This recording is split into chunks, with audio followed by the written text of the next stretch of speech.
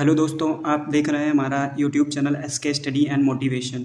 दोस्तों, आज हम घटना चक्र राज व्यवस्था बुक की एक महत्वपूर्ण सीरीज शुरू करने वाले हैं, जिसमें हम इस कंप्लीट बुक को कवर करने वाले हैं, जो कि यूपी पीसीएस और यूपीएससी प्रीलिम्स के लिए बहुत ही महत्वपूर्ण बुक है। तो चलिए शुरू करते हैं। आज का हमारा टॉपिक महान्यायवादी, महाधिवक्ता और नियंत्रक महालेखा परीक्षक। संविधान के तहत महान्यायवादी के पद का प्रावधान किया गया है। महान्यायवादी देश का सर्वोच्च विधि अधिकारी होता है। आर्टिकल 76(1) के अनुसार राष्ट्रपति उच्चतम न्यायालय का न्यायाधीश नियुक्त होने के लिए आहरित किसी भी व्यक्ति को महान्यायवादी नियुक्त कर सकता है। इसका मतलब ये है कि कोई भी व्यक्ति अगर उच्चतम न्यायालय का न्यायाधीश से नियुक्त होने के लिए आहरित है तो फिर वह महान्यायवादी पद के लिए नियुक्त हो सकता है। अनुच्छेद 76(2) के अनुसार महान्यायवादी का यह कर्तव्य होगा कि वह भारत सरकार के विधि संबंधी सभी मामलों पर सलाह देगा। अनुच्छेद 76(3) के अनुसार इसे अपने कर्तव्यों के पालन में भारत के राज्य क्षेत्र में सभी न्यायालयों में सुनवाई करने का अधिकार होता है। अनुच्छेद 76(4) के अनुसार महान्यायवादी राष्ट्रपति के प्रसाद पर्यंत पद को धारण करता है। और आर्टिकल 88 के अनुसार भारत के महान्यायवादी को संसद के किसी भी सदन में कार्यवाही में शामिल होने का अधिकार होता है, लेकिन मतदान की जब बात आती है तो मतदान करने का अधिकार महान्यायवादी को नहीं होता है। जैसे कि हमने पढ़ा था अभी कि आर्टिकल 76 के अनुसार महान्यायवादी का प्रावधान है, जबकि आर्टिकल 165 के अनुसार राज्य क्षेत्रों के लिए महाधिवक्ता का प्रावधान है। जैसे कि अगर केंद्र की बात आएगी तो फिर वहाँ पर महान्यायवादी, और यहाँ पर स्टेट की बात आएगी तो वहाँ पर महाधिवक्ता। तो महाधिवक्ता का प्रावधान किया गया है 165 में। अनुच्छेद 165(2) के अनुसार राज्य सरकार को विधि संबंधी विषयों पर परामर्श देना इसका काम होता है। वह राज्य सरकार का प्रथम विधिक अधिकारी होता है। अनुच्छेद 165(3) के अनुसार वह राज्यपाल के प्रसाद पर्यंत पद को धारण करता है। तीसरा हमारा टॉपिक है नियंत्रक एवं महालेखा परीक्षक। इसका प्रावधान किया गया है हमारे संविधान में आर्टिकल 148 में, जिसमें बताया गया है कि भारत का एक नियंत्रक एवं महालेखा परीक्षक होगा जिसको राष्ट्रपति नियुक्त करेगा, और यह अपने पद को केवल उसी रीत के आधारों पर इसको हटाया जा सकेगा जिस रीत के आधार पर उच्चतम न्यायालय के न्यायाधीश को हटाया जाता है। संसद के दोनों सदनों में विशेष बहुमत के साथ उसके सिद्ध कदाचार एवं असमर्थता प्रस्ताव पारित होने पर ही इसको क्या किया जा सकता है, हटाया जा सकता है। आर्टिकल 148(4) के अनुसार नियंत्रक एवं महालेखा परीक्षक के पद पर न रह जाने के पश्चात भारत सरकार में किसी भी राज्य सरकार के अधीन किसी भी पद के लिए पात्र नहीं होगा। इसका मतलब कि ये अपने पद को त्याग करने के बाद में ये भारत सरकार या राज्य सरकार में किसी भी पद के लिए आहरित नहीं होंगे। इसका कार्यकाल 6 या 65 वर्ष तक की आयु तक का होता है। इसको लोक लेखा समिति का आँख या कान कहा जाता है। अनुच्छेद 149 के अनुसार नियंत्रक एवं महालेखा परीक्षक के कर्तव्य एवं शक्तियों का निर्धारण है, जबकि आर्टिकल 151 के अनुसार नियंत्रक एवं महालेखा परीक्षक संघ संबंधी प्रतिवेदनों को राष्ट्रपति के समक्ष प्रस्तुत करेगा। आर्टिकल 151(2) के अनुसार नियंत्रक एवं महालेखा परीक्षक किसी भी राज्य के लेखा संबंधी प्रतिवेदनों को उस राज्य के राज्यपाल के समक्ष प्रस्तुत किया जाएगा, जो कि राज्य के विधानमंडल के समक्ष रखवाएगा। Doctor B.R. अम्बेडकर ने कहा था कि नियंत्रक एवं महालेखा परीक्षक भारतीय संविधान के तहत एक महत्वपूर्ण अधिकारी होगा। संसद द्वारा महालेखा परीक्षक अधिनियम 1971 को प्रभावी बनाया गया। इस अधिनियम को 1976 में केंद्र सरकार ने लेखा परीक्षा को अलग करते हुए संशोधित किया था। नियंत्रक एवं महालेखा परीक्षक कैग राष्ट्रपति को 3 लेखा परीक्षण प्रतिवेदन प्रस्तुत करता है, जिसमें से पहला आता है विनियोग लेखाओं पर, दूसरा आता है वित्त लेखाओं पर, और तीसरा आता है सरकारी उपक्रमों पर लेखा परीक्षा रिपोर्ट। राष्ट्रपति इनको संसद के दोनों सदनों के सभापटल पर रखवाता है। तो चलिए दोस्तों, अब हम मल्टीपल चॉइस क्वेश्चन शुरू करते हैं। भारत सरकार को कानूनी विषयों पर परामर्श कौन देता है? तो भारत सरकार को कानूनी विषयों पर परामर्श अटॉर्नी जनरल देता है। जैसे कि अभी हमने पढ़ा था आर्टिकल 76(2) के अनुसार अटॉर्नी जनरल भारत सरकार को कानूनी विषयों पर क्या करता है, परामर्श देता है।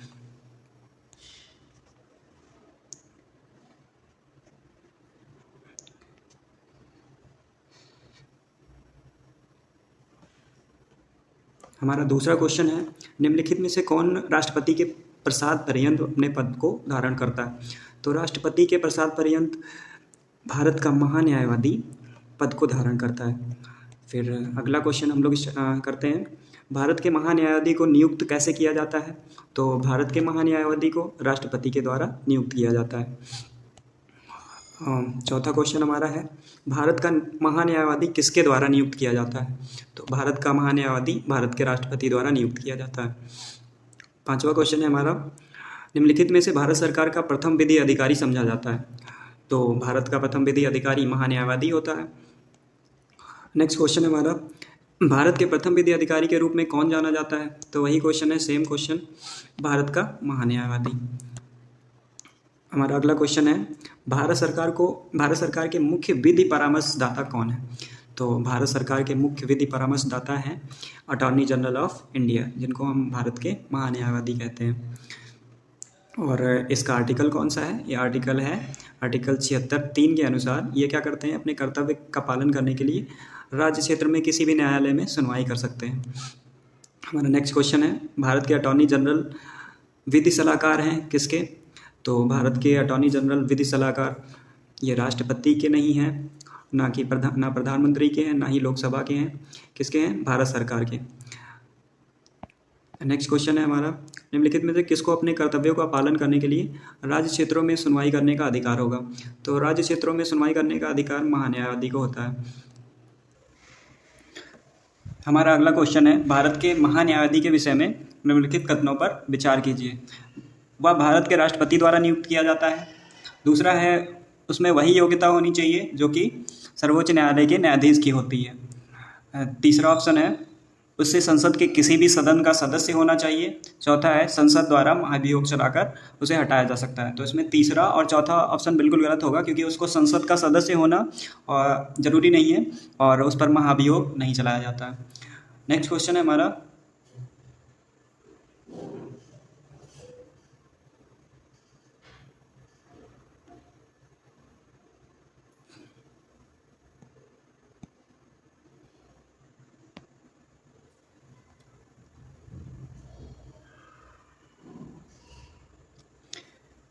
नेक्स्ट क्वेश्चन है हमारा, भारत के महान्यायवादी के संदर्भ में निम्नलिखित कथनों पर विचार कीजिए। राष्ट्रपति किसी ऐसे व्यक्ति को नियुक्त करेगा जो उच्चतम न्यायालय के न्यायाधीश के रूप में नियुक्ति होने के लिए अर्ह होगा। तो यही हमने स्टार्टिंग में पढ़ा था कि राष्ट्रपति ऐसे व्यक्ति को नियुक्त करेगा जो कि उच्चतम न्यायालय के न्यायाधीश की नियुक्ति होने के लिए आहरित होगा। तो ये ऑप्शन बिल्कुल सही है। दूसरा ऑप्शन है हमारा, महान्यायवादी इतना पारिश्रमिक प्राप्त करेगा जो संसद अवतरित करे। तो ये ऑप्शन हमारा गलत है, क्योंकि उसको पारिश्रमिक प्राप्त करना जरूरी नहीं है। नेक्स्ट क्वेश्चन है हमारा, निम्न कथनों पर विचार कीजिए। भारत का महान्यायवादी और भारत का सॉलिसिटर जनरल ही सरकार के लिए एकमात्र अधिकारी होता है जिन्हें भारत की संसद की बैठकों में भाग लेने की अनुमति होती है। तो भारत के महान्यायवादी को भारत की संसद में बैठने की अनुमति होती है, जबकि भारत के सॉलिसिटर जनरल को भारत के संसद में बैठने की अनुमति नहीं होती है। दूसरा ऑप्शन हमारा, भारत के संविधान अनुसार भारत के महान्यायवादी अपना त्यागपत्र दे देता है जब वह सरकार जिसने नियुक्त किया था इस्तीफा देती है। तो इसमें सरकार इस्तीफा देती है, इससे कोई मतलब नहीं होता है। तो ये भी ऑप्शन हमारा क्या हो जाएगा? गलत हो जाएगा। तो इसमें हमारा विकल्प डी सही होगा, ना विकल्प ए, ना तो ऑप्शन 1 होगा ना ही 2 होगा। नेक्स्ट क्वेश्चन है हमारा 13वां, निम्नलिखित कथनों पर विचार कीजिए। भारत का महान्यायवादी लोकसभा की कार्यवाही में भाग ले सकता है? तो हाँ, बिल्कुल ले सकता है लोकसभा की कार्यवाही में भाग। लोकसभा की किसी भी समिति का सदस्य हो सकता है, तो वह लोकसभा की किसी भी समिति का सदस्य भी हो सकता है। तीसरा है, लोकसभा में बोल सकता है, तो वह लोकसभा में बोल भी सकता है। चौथा ऑप्शन है, लोकसभा में मतदान कर सकता है, तो लोकसभा में मतदान करने का अधिकार महान्यायवादी को नहीं होता है। तो हमारा फर्स्ट, सेकंड और थर्ड ऑप्शन सही हो जाएगा। 14वां क्वेश्चन है हमारा, निम्नलिखित में से किसे संसद की कार्यवाहियों में भाग लेने का अधिकार होता है? तो संसद की कार्यवाहियों में भाग लेने का अधिकार किसको होता है? संसद की कार्यवाहियों में भाग लेने का अधिकार होता है भारत के महान्यायवादी को।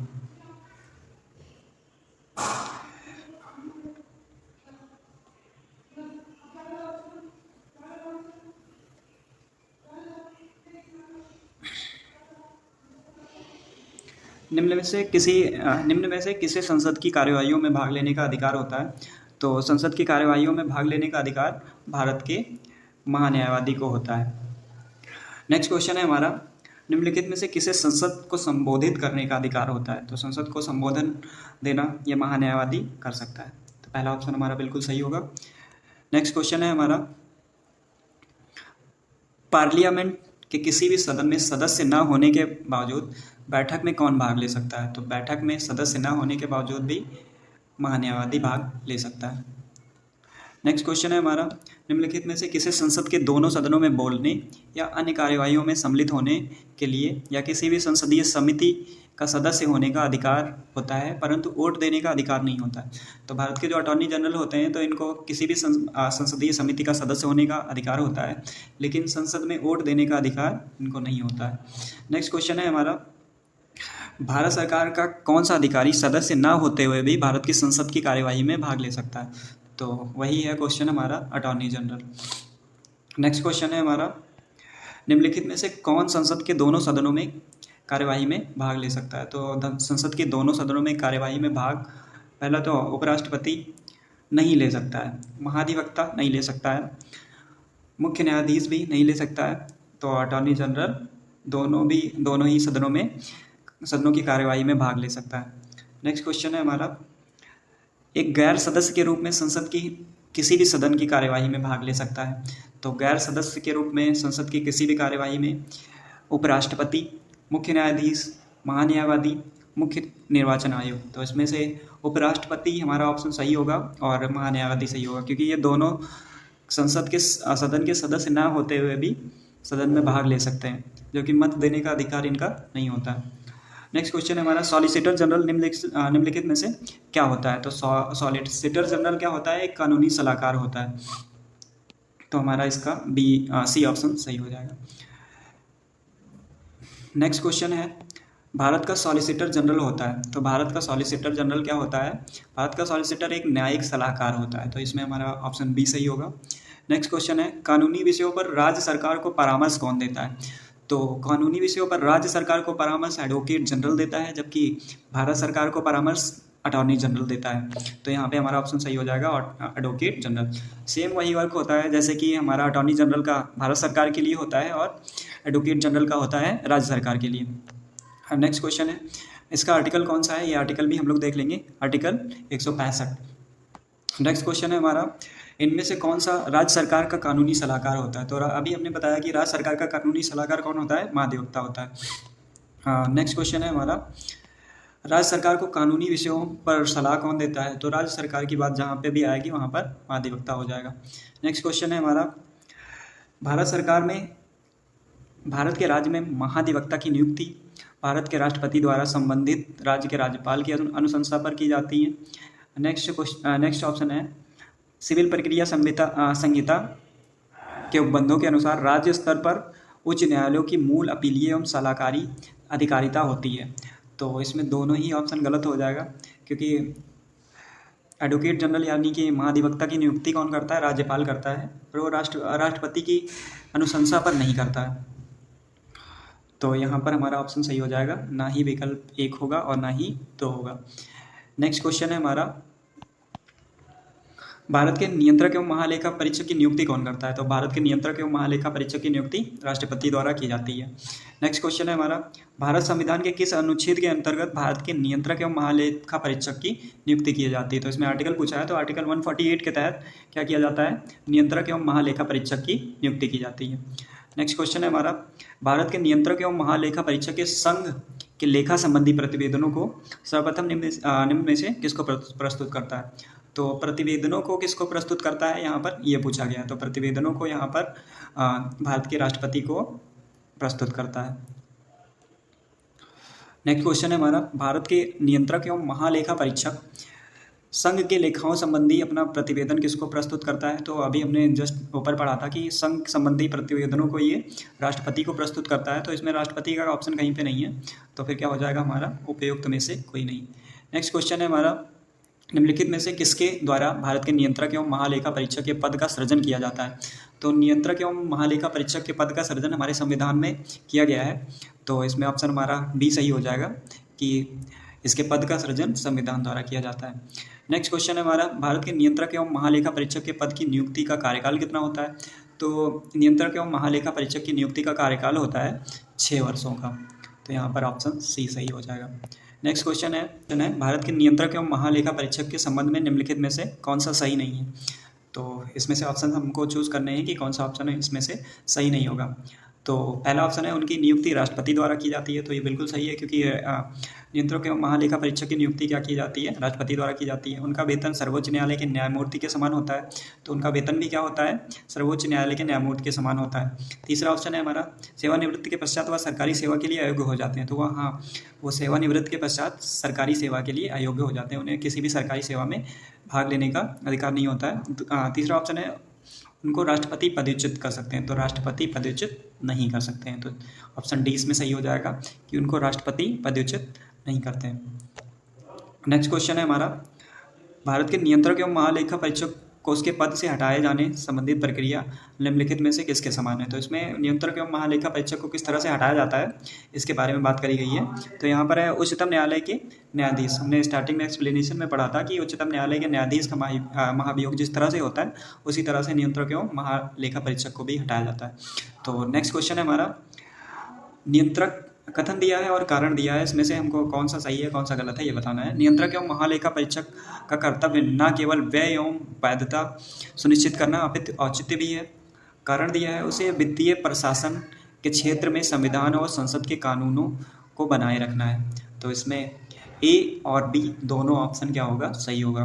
और आर कारण जो दिया है वो कथन ए की सही व्याख्या है, तो इसमें ऑप्शन हमारा बी सही हो जाएगा। नेक्स्ट क्वेश्चन है हमारा, निम्नलिखित कर्तव्यों में से कौन सा एक भारत के नियंत्रक एवं महालेखा परीक्षक द्वारा पालन नहीं किया जाता है? तो भारत के नियंत्रक एवं महालेखा परीक्षक द्वारा सार्वजनिक धन की प्राप्ति एवं सार्वजनिक धन की प्राप्ति एवं निर्गम का नियंत्रण करना एवं सुनिश्चित करना कि सार्वजनिक राजस्व राजकोष में जमा हो। तो ये ऑप्शन हमारा, ये कर्तव्य क्या होता है? नियंत्रक एवं महालेखा परीक्षक का नहीं होता है, तो इसमें ऑप्शन डी हमारा सही हो जाएगा। नेक्स्ट क्वेश्चन है हमारा, निम्नलिखित कथनों पर विचार कीजिए। तो निम्नलिखित कथनों पर विचार करना है। नियंत्रक एवं महालेखा परीक्षक का कर्तव्य होगा कि वो उन सभी प्राप्तियों का लेखा परीक्षा करे जो संचित निधि में संदेह है। दूसरा ऑप्शन है, नियंत्रक महालेखा परीक्षक को संघ या किसी भी राज्य के किसी कार्यालय या विभाग में रखे गए भंडारों या स्टॉक या लेखाओं की लेखा परीक्षा करने के लिए बाबत में रिपोर्ट देने का प्राधिकार होगा। तो इसमें ऑप्शन हमारा बी सही होगा कि 1 और 2 दोनों कथन क्या है? सत्य है, क्योंकि क्या होता है कि नियंत्रक एवं महालेखा परीक्षक का कर्तव्य होता है कि वो सभी प्राप्तियों की लेखा परीक्षा करे, और दूसरा होता है कि किसी भी सरकारी कार्यालय या स्टॉक में रखे गए संचित निधि का लेखा परीक्षा करना होता है उसको। हमारा अगला क्वेश्चन है, लोक निधि के फलोत्पादक एवं आशयित प्रयोग को सुरक्षित करने के साथ साथ भारत में नियंत्रक एवं महालेखा परीक्षक के कार्यालय का क्या महत्व होता है? तो पहला ऑप्शन है इसका, सीएजी संसद की ओर से राजकोष पर नियंत्रण करता है। जब नियंत्रण कब करता है? जब राष्ट्रपति आपातकाल की घोषणा करते हैं, तो पहला ऑप्शन ये दिया गया है। दूसरा ऑप्शन दिया है, सीएजी के मंत्रालयों द्वारा कार्यान्वित परियोजनाओं या कार्यक्रमों पर जारी किए गए प्रतिवेदनों पर लेखा समिति विचार विमर्श करती है। दूसरा, सीएजी के प्रतिवेदनों से मिली जानकारियों के आधार पर जांचकर्ता एजेंसियां उन लोगों के विरुद्ध आरोप दाखिल कर सकती हैं जिन्होंने लोक निधि प्रबंधन में कानून का उल्लंघन किया हो। तो इसमें हमारा दूसरा और तीसरा ऑप्शन सही होगा, ऑप्शन सी।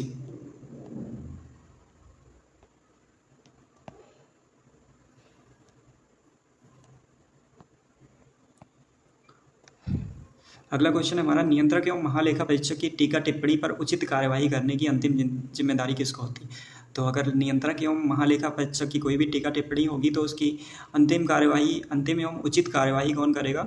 संसद करती है। तो यहाँ पर ऑप्शन हमारा सी सही हो जाएगा।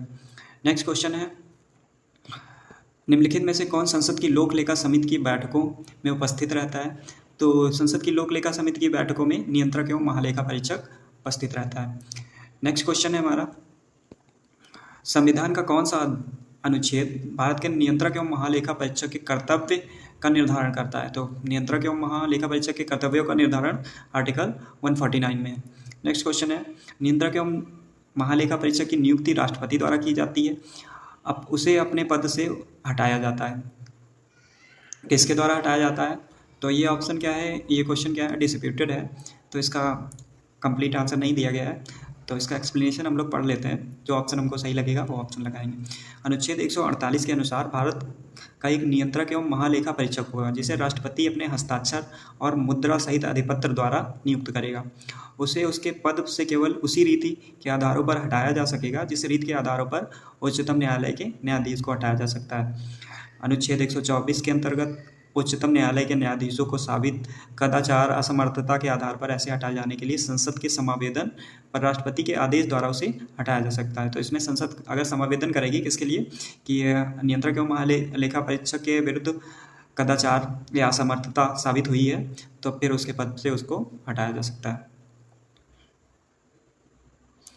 अगला क्वेश्चन है हमारा, भारत के नियंत्रक एवं महालेखाकार निम्नलिखित में से एक मित्र एवं मार्गदर्शक होता है। तो ये लोक लेखा समिति का क्या होता है, मित्र एवं मार्गदर्शक की तरह से होता है नियंत्रक एवं महालेखा परीक्षक। नेक्स्ट क्वेश्चन है, नियंत्रक एवं महालेखा परीक्षक की छुट्टी मंजूर या नामंजूर करने की शक्ति किसमें निहित होती है? तो छुट्टी मंजूर या नामंजूर करने की शक्ति राष्ट्रपति में निहित होती है।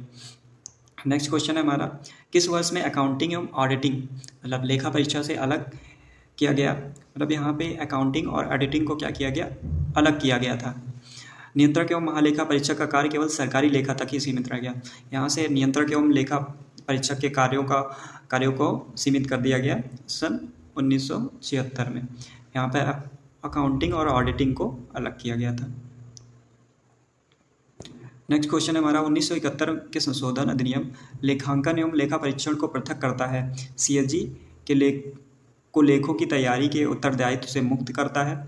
तो यही सेम क्वेश्चन है, 1976 में क्या किया गया था, ऑडिटिंग और अकाउंटिंग को अलग किया गया था। नेक्स्ट क्वेश्चन है हमारा, क्वेश्चन नंबर 51 स्टार्ट करेंगे। इसमें हमें मैच करना है फर्स्ट ऑप्शन को सेकेंड ऑप्शन से। तो पहला ऑप्शन है हमारा ए, भारत का उपराष्ट्रपति। अधिकारी दिए गए हैं और उनसे संबंधित संस्थान दिए गए हैं, इनको हमको क्या करना है, अधिकारियों को उनसे मैच कराना है। तो भारत के उपराष्ट्रपति का संस्थान क्या होता है? तो भारत के उपराष्ट्रपति का संस्थान होता है राज्यसभा, क्योंकि वो राज्यसभा में काम करते हैं अपना। नेक्स्ट क्वेश्चन है, भारत का नियंत्रक एवं महालेखा परीक्षक। तो भारत का नियंत्रक एवं महालेखा परीक्षक, इसका क्या वर्क होता है? तो भारत के नियंत्रक एवं महालेखा परीक्षक लोक लेखा समिति के लिए कार्य करते हैं। तीसरा है भारत का महाधिवक्ता। तो भारत का महाधिवक्ता किसके लिए होता है? भारत का महाधिवक्ता होता है उच्चतम न्यायालय के लिए। और भारत के महान्यायवादी होते हैं लोकसभा की बैठक से संबंधित। तो ये हमारा डी ऑप्शन हो जाएगा सेकंड से मैच। अगला क्वेश्चन हम लोग करते हैं, निम्नलिखित में से कौन सा विकल्प गलत है? लोक वित्त सरकार के वित्तीय क्रियाकलापों का अध्ययन है। इसके अंतर्गत क्या आता है? इसके अंतर्गत आता है व्यावसायिक बैंकों के कार्य निष्पादन। तो व्यावसायिक बैंकों का कार्य निष्पादन किसके अंतर्गत आता है? लोक वित्त सरकार के वित्तीय क्रियाकलापों के अंतर्गत।